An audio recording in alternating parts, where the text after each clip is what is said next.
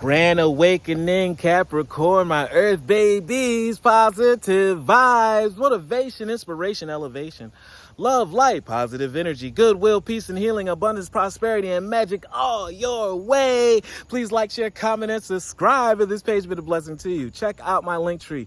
Link is in the bio. Book a massage with me. Check out the NFTs. Check out the ebooks, the music. Great products are over there. Your word of the day is everything turns to light. So you know we say on this page, put footprint, pink print, fingerprint, blueprint, all prints on anything that comes to your mind. If you think about it, make sure you put action to it because it will blow up. It's going to make sure it's for your benefit. When things are not happening to you, everything's happening for you, for your greater benefit, great ideas.